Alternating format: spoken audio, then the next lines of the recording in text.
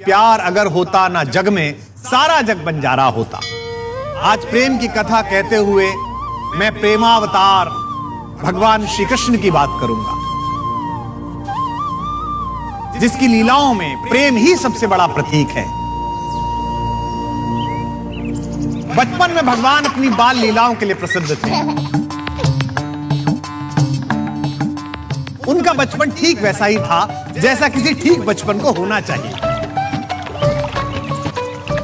आनंद में डूबा हुआ, एकदम सरल, खूब चंचल। प्रेम का पर्याय लगते ऐसे बचपन को तो सब दुलारते हैं। पूरा ब्रज कृष्ण से मिलने के बहाने ढूंढता था। गोपिकाएं तो मां यशोदा के पास हर दूसरे दिन शिकायतें लेकर ही इसीलिए जाती थी कि इस बहाने जिसकी शिकायत कर रही हैं शायद उसके साथ खेलने का, उसे देखने का मौका मिल जाए।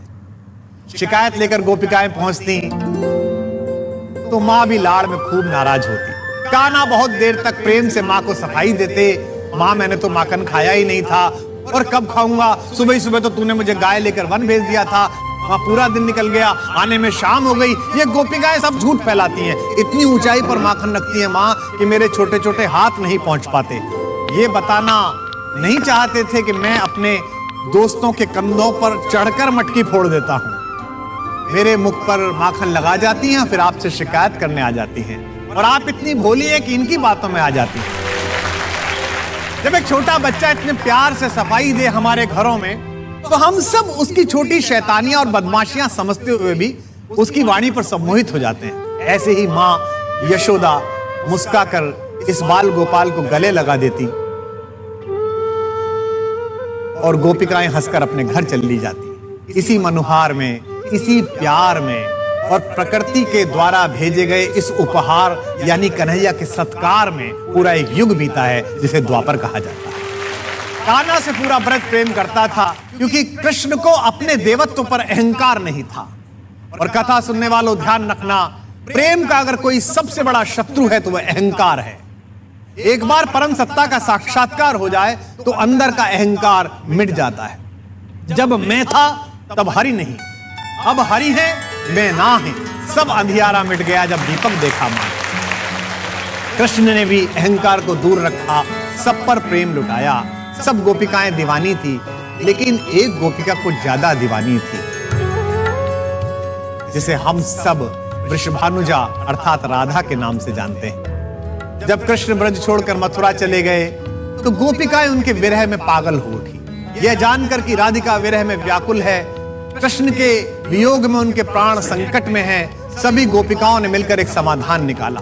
सारी गोपिकाएं मिलकर स्वयं नंद बाबा के घर पर पहुंची और विश्व के सबसे पहले आमरण अनशन की चेतावनी कृष्ण के वियोग में बेचैन गोपियों ने एक युक्ति के माध्यम से प्रस्तुत की और कहा कि राधिका जी हैं तो जी हैं सखी, न तो पी हैं हलाहल नंद के द्वारे। इस स्वाभिमान की नदी के दो पार कर्तव्य और प्रेम दो चीज खड़ी हुई हैं। एक तरफ कर्तव्य है कृष्ण का, जो उन्हें मथुरा का अधिपति बनाकर एक स्वराज की स्थापना के लिए प्रेरित करता है, और दूसरी तरफ एक पागल पुकार है जो केवल प्रेम और प्रेम जानती है। इसमें मिलना बहुत मुश्किल है। ऐसे समय में कृष्ण के दरबार में, कृष्ण के यहाँ पर एक बड़े ज्ञानी व्यक्ति थे जिनका नाम था उद्धव, परम योगी। उन्होंने कृष्ण से कहा कि आप तो इतने विराट व्यक्तित्व हैं, इतनी ज्ञान की बातें करते हैं, और आप उन युवतियों के लिए, उस एक कन्या के लिए आप परेशान रहते हो। कृष्ण ने कहा, यार तुम मित्र ज्ञानी तो बहुत ज्यादा हो, मैं तो समझ गया हूं, लेकिन जो दूर महिलाएं रहती हैं उनको तुम समझाओ। मैंने उन्हें वापस आने का वचन दिया था, लेकिन यहाँ तो इतने आवश्यक काम है, मैं जा नहीं पा रहा हूँ। आप तो महान योगी हैं, इतना सारा ज्ञान का सरप्लस लेके बैठे हुए हैं, थोड़ा उस पार भी सप्लाई कर आइए। उद्धव ने उनसे पूछा कि जी बताइए, कब सिखाना है, क्या जाना है? कृष्ण ने कहा, जो कुछ मुझे समझाते हो कि एक व्यक्ति के लिए, एक शरीर के लिए इतना व्यग्र नहीं होना चाहिए, इतनी आसक्ति नहीं होनी चाहिए, ये जाकर प्रेम में पागल गोपिकाओं को समझाइए।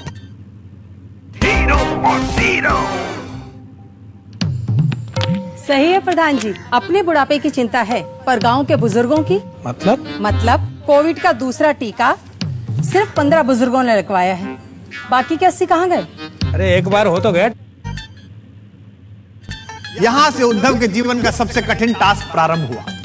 ब्रज पहुंचे तो पूरे गांव में हलचल मच गई।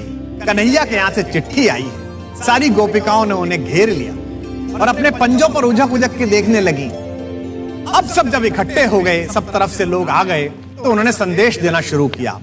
यहां त्रिकुटी में भगवान को देखो, ये अंदर सांस भरो फिर बाहर निकालो, आत्मा परमात्मा के भेद बताने लगे। गोपिकाएं परेशान हो गई, वो प्रेम के लिए आई थी, ज्ञान के लिए नहीं आई थी। गोपिकाओं ने कहा कि तुम्हारे बारे में बड़ा सुना था, तुम तो बड़े ज्ञानी हो, योग सिखाने आए हो, वियोग की बातें कर रहे हो।